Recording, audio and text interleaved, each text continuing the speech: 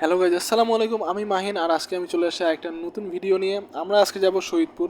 আমরা আছি মোটমাট 5 জন। আমার সাথে আছে লিকসন ভাইয়া এবং পিছনের গাড়িতে আছে তন ভাইয়া, কাজল ভাইয়া আর তুষার। চলেন দেরি না করে ভিডিওটি স্টার্ট করা যাক। আজকে আমরা দিনাজপুর থেকে পার্বতীপুর হয়ে শহীদপুরে যাব।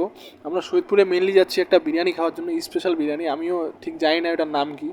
যাই হোক, মানে আমরা এখন রাস্তায় আছি, বাট এখানে একটা সমস্যা হয়েছে যে আমরা দিনাজপুর থেকে পার্বতীপুর হয়ে শহীদপুরে গেলে রাস্তাটা অনেক ঘোরা হয়, এটা আমি জানতাম না। মানে আমার ভাইয়া আর কি বলছিল যে মনে করেন 8-10 কিলো মনে হয় কম হয়, বাট আমরা যাই দেখি মোটমাট 20 কিলো মনে করেন আরও এক্সট্রা আমাদের যাইতে হয়েছে। মেবি ওই রকমই পড়ছে আর কি, বেশি যাইতে হয়েছে আরও এক্সট্রা শহীদপুর যাওয়ার জন্য।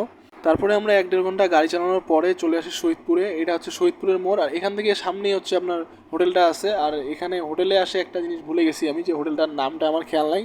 আর হোটেলটার সামনের গেটের যে নামটা থাকে ওইটা আমি ভিডিও করতে ভুলে গেছি। এরপরে আমরা খাওয়ারটা অর্ডার দিয়ে দিই, খাওয়ারটা চলে আসে। আমরা সবাই দিয়েছিলাম মাটন বিরিয়ানি, মানে খাসির বিরিয়ানি বলতে পারেন।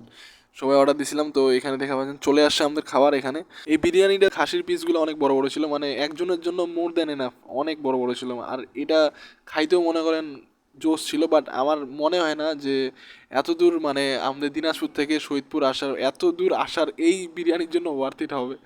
কারণ আমার অতটাও ভালো লাগেনি, বাট আপনারা ট্রাই করতে পারেন, আপনাদের কাছে ভালো লাগতে পারে, এটা বলা যায় না, সবার আলাদা আলাদা টেস্ট মুখের।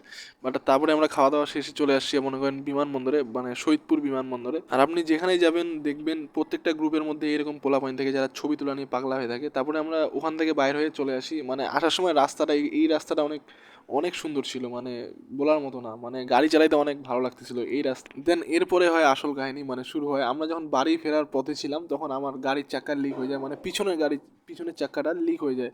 তখন আমরা মনে করেন, তখন বাজে কয়টা, 5টা বাজতেছিল, আর মনে করেন সন্ধ্যা হওয়া হওয়া ভাব, একটু পরে সন্ধ্যা হয়ে যাবে। দেন আমরা চলে আসি গাড়ি ঠিক করতে, আর এখানে সবাই বসেছিলাম, ওয়েট করতেছিলাম যে কখন গাড়ি ঠিক হবে আর কখন আমরা যাব মনে করেন। তারপরে দেখা পাচ্ছেন আমার টায়ারটা যেটা লিক হয়ে গেছে, এটা একদমই শেষ, এখন টায়ার কিনে আনতে হবে। তখন তখন কিনে আনলো টায়ার।